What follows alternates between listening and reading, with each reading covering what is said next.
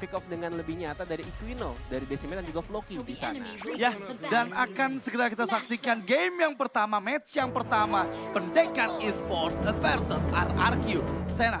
Dan akan dipandu oleh Radis Overkill dan juga Genix yang akan menemani kalian teman-teman semuanya.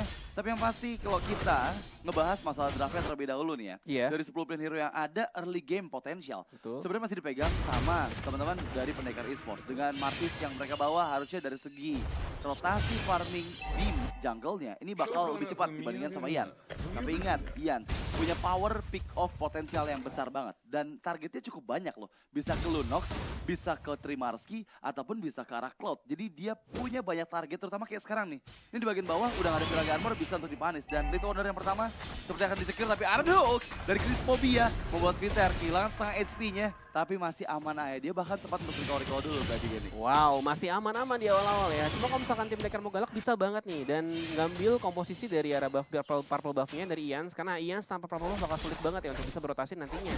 Nah, ini bakal pelan-pelan untuk bisa diserang. Karena Ericsson juga megang kendali. Dan komposisi seperti apa? Tentunya Ericsson harus bisa menahan sampai late game-nya. Karena Iritel bakal powerful banget nantinya dengan Toy yang sudah dipegang kendali nantinya. Tapi kita ngomong-ngomong soal dari battle spell-nya. Toy, dia punya sprint loh. Artinya, dia bakal lebih cepat untuk bisa berotasi lebih. Dan dari segi pengaman diri, ditambah dengan quantum charge. Dengan setiap shoot-nya, berarti bakal lebih mudah berotasi Wow, tapi Steel Cable dan juga Cutthroat karena full Loki. Membuahkan poin pertama untuk RRQ Senna. Akan mencoba mencari pertukaran memang di bagian bawah. Decimate dari Kino mendapatkan pertukaran. Dan kita lihat ya, mid laner ditukar dengan adanya XP laner di bagian bawah. Ya, masih so-so aja meskipun nantinya ini akan membuat Loki under conditions experience pada saat Turtle kontes di menit kedua ini. Nah, ini bakal jadi satu momen krusial juga ya, karena bakal ada setup yang lebih untuk tim RRQ Senna dalam mendapatkan Turtle-nya. Beserta ada Franco yang sudah ini mantekin di sana. Tapi ini semua bergantung dari Franco sih. Kalau Franco bisa dapetin hook-nya, ini dapetin pick-off bagus banget buat tim Pendekar nantinya. Wow, tapi terlihat seperti setup sudah terlalu matang untuk Pendekar ya. Bahkan masuk dengan skill cable-nya Ian, soal intensi dibuka. Trimarski, tapi tercuri oleh Don. Don Gabang, dan kali ini penalty zone. Mencoba connect ke dua member di sana. Dan berhasil mempick off Ikino. Menyetarkan kedua, Crispovia down. Floki pun hilang. Dan 3 mans down untuk Pendekar Esports. RRQ Senna menguasai pertempuran di Turtle-nya. Wow, awal yang sangat baik ya tercipta dengan 3 kill tanpa ada kompensasi sama sekali. Beserta Turtle yang diambil. Tentunya goldnya bakal scaling lebih dengan adanya 8.000 gold yang dipegang sama tim RRQ. Beserta adanya gold plating. Banyak banget objektif yang mereka ambil. Dan kalau kita berkaca dari segi emblem, sebenarnya Don yang tadi kita sorot ya, dia punya Breastmeat dan juga ada Trail. Artinya ada dapetin 15 adaptive damage tambahan ya. Beserta adanya 5% damage yang berscaling dari ada Master Assassin yang dipick dari segi emblemnya. Ini cukup kuat sih dan bisa lebih lama pada saat lagi teamfight. Berkaca dengan ada X-Borg ya, yang ternyata cukup baik dengan adanya festival food yang dipegang. Dan review range ya. Artinya range-nya bakal lebih kencang dan ini saling berimbang sebenarnya sih. Cuman kalau dari segi goaltendernya, Iritel kita lihat dari arah Toy, dia punya Fatal Tenacity loh. Dan beserta Quantum Charge. Dengan ada yang fatal, 5% critical chance juga 10% critical damage. Lebih sakit pastinya. Dipadukan dengan bersakit dan juga Huskcloud nantinya. Wow, ini cukup scaling ya.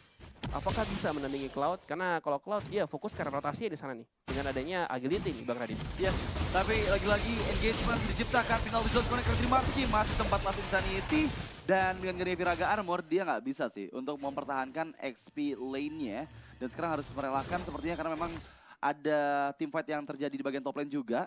3 member Pendekar Esports ini mulai membayang-bayangi Toy.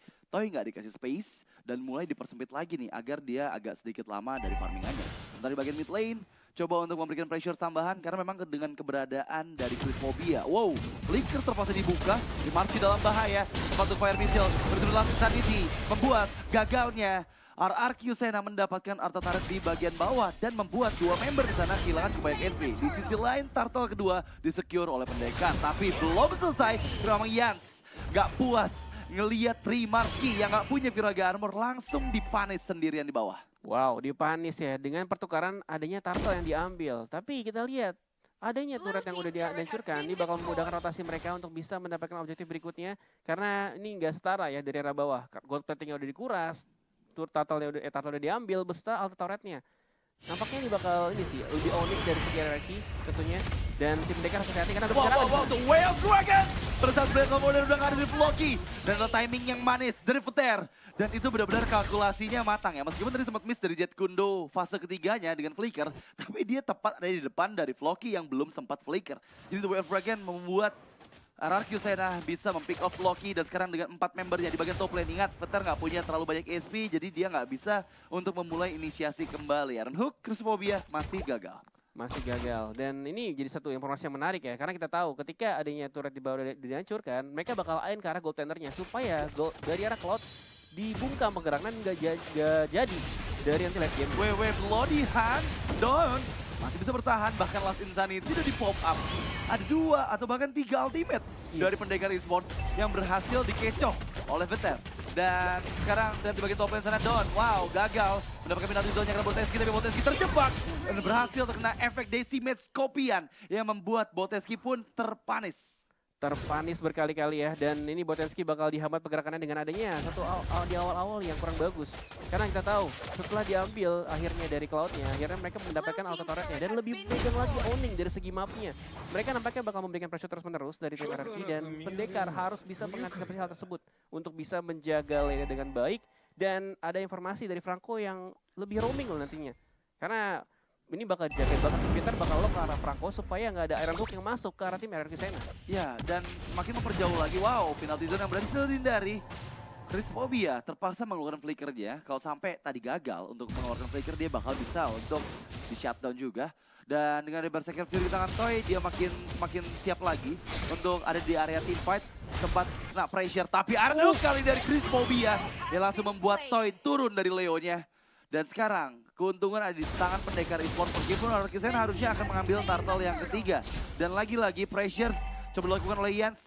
Dia mencoba untuk memainkan side lane-nya sementara di bagian atas. Gagal sudah inisiasi menuju turret pertama dari RRQ Sena karena memang adanya Don.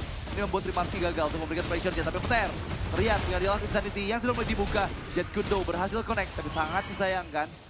Veter ini sayang banget kalau sampai nge-pick off dari Trimarkinya ya. Karena memang dia masih ada immortality dan Yats yang terlihat ini tapi nggak sadar keberadaan dari The Way of Dragon kali ini. Veter langsung bisa mencabut jauh dari Ikino. Lihat all in yang dilakukan oleh RRQ Sena menghilangkan nyawa dari Ikino dan ini akan menambahkan keuntungan mereka. Iya, Rise Group yang sangat cepat ya. Mereka langsung tahu apa yang menjadi satu orang yang berhasil di take down sama mereka. Dengan ada RRQ Sena yang langsung rise up kembali. Tapi dengan ada kejadian tadi, Golden Staff langsung didapatkan oleh Toy di sana.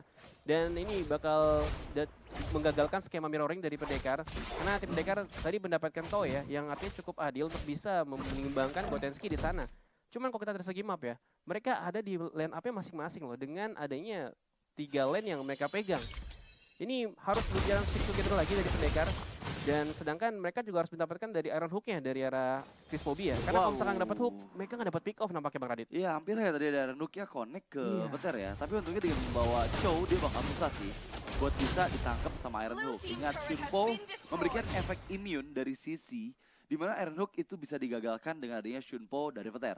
Sementara itu kita masih melihat ya, kedua belah tim bermain lebih pasif karena memang mereka masih menunggu juga untuk timing dari Lord yang pertama yang akan hadir di 20 detik yang akan datang. Sekarang pressure di bagian top lane udah mulai bergerak juga ke arah base dari Pendekar ke bagian bawah. Satu turn pertama diamankan oleh Pendekar Esports. Belum selesai karena memang sekarang terlihat dengan steel cable yang masuk. Yans mencari di belakang, ada conceal play yang dilakukan dari Veter, gagal dan bahkan tertarik Anadong serta Pelodian meskipun minta di zone seperti pop up, tapi itu hanya untuk memberikan backupan kepada Veter dan juga Yats dan Don. Wow, ini timing penalti zone-nya benar-benar bisa nge-cancel Bloody Hand dan juga semua player dari Pendekar untuk bisa mem-pick off arah di sana. Iya, dan defense mekanisme yang cukup baik ya dari arah tim Pendekar karena dengan bajing duet akhirnya pada mundur nih dari tim RRQ Sena. Cuma sekarang setup-nya nih yang bakal diperhitungkan. Siapapun yang dapetin ke arah Lord dari arah 8 menit pertama, tentunya bakal dapetin keseimbangan yang lebih untuk menjadi player ke-6 mendapatkan auto turret-nya dari arah tim RRQ Sena nantinya. Karena itu yang pengen mereka usahakan ya dari tim Pendekar. Tapi di tengah-tengah nih, udah ada strong setup yang bakal dibuka nampaknya Bang Radit. Ya, tapi benar-benar di sini RRQ Sena mereka nice banget sebenarnya trapping yang mereka lakukan ya. Peter di bagian depan oke lah, flickernya nggak ada. Tapi ingat, Peter pun masih belum pernah pick off gitu. Jadi dia benar-benar harusnya unggul dari segi identification di atas dari Cruciphobia itu sendiri. Dan Lord dengan ada 5 member RRQ Sena, mereka pede aja ngelepasin lane jauhnya. Lane jauhnya masih mendorong ke arah base turret dari Pendekar Esports. Dan sekarang masih nunggu dulu karena memang dari Giants-nya belum mendapatkan purple buff. Tapi di sisi lain, pendekar pun sama. Jadi mereka pun gak mau mencoba untuk membuat inisiasi terlebih dahulu. Mereka ingin counter setup seperti sekarang on skill play yang dilakukan oleh Chris Mobia. Arah hook yang gagal. Tapi meskipun itu, final Bison yang terkena efek Florian membuat Tonya terpanis. Ian di bagian belakang, ke tengah SP. Meskipun Floki dan juga Chris Mobia gak bisa selamat. Tapi masalahnya sekarang Lord diamankan oleh Kino. Meskipun double kill diamankan oleh seorang Toy, tapi mereka kehilangan Lord yang pertama. Seorang diri Dreamers terpaksa untuk flicker, tapi yes, gak bisa mempertahankan outer turret mid lane. Wow, tarik keluaran cukup baik ya, karena Ian langsung masuk ke arah backline beserta dapetin 3 personil dari arah tim pendekar. Dan dengan ditukar dengan Edon, tapi impactful banget karena dengan adanya Lord yang berhasil diambil, mereka langsung menumbangkan 2 turret. Wow, ini goldnya bakal scaling lebih, perbedaan goldnya bakal cukup jauh dan terbukti dengan adanya Blade of Despair yang sudah dipunya oleh Ian di sana. Nah ini dia, Ian-nya masuk ke lini belakang dan memberikan tekanan yang lebih dari arah Floki hingga Floki ditumbangkan yang sulit sekali akhirnya main dealer utamanya dari tim pendekar mundur semua. Kayak Cloud di sana dari arah potensi beserta adanya Primarski yang nggak ada lagi Viraga Armor. Wow, tapi ini benar-benar bagus timing dari pelodihannya Chris Mobia ya. Iya. Tadi kalau sampai kena penalti zone itu bakal lebih banyak korban lagi dari pendekar itu. Dan sekarang, ada hook lekat, tapi koneksi yang digagalkan dengan adanya penalti zone.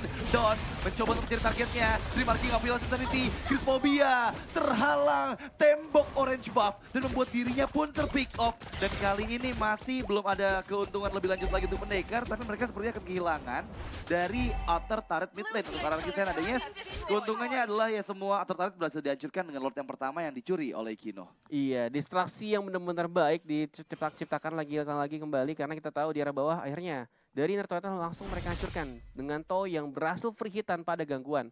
Nah, berkaca dari kita lihat dari gold lane-nya, Toy dia udah mempunyai Windtalker beserta Fury beserta Haslow dan juga Swift. Attack speed-nya udah ada, dari kritikalnya juga udah maksimal 65% lebih. Dan ini bakal sakit banget sih untuk bisa memberikan output damage tambahan dan dia udah siap sedia untuk join untuk memberikan kontribusinya. Nah, berkaca dari segi Cloud juga itu Botensky di sana, dia udah dapetin power spike juga sebenarnya karena ada Golden Staff beserta adanya DHS dan juga Wind of Nature ya. Artinya cukup respect dan mendapatkan pengamanan diri yang lebih dibandingkan Iritel di sana karena kita tahu dengan Wind of Nature dia lebih mudah sih untuk bisa masuk ke lini belakang. Tapi dengan satu syarat tambahan karena mereka juga harus bisa jalan beriringan dengan adanya Trimarski yang masuk sebagai inisiator dan juga Chris Mobia dari hooknya. Apalagi kita tahu ya Chris Mobia punya 5% tambahan dengan adanya focusing mark. Ini bakal lebih dapetin damage burst lagi sih. Cuman memang harus jaga jarak.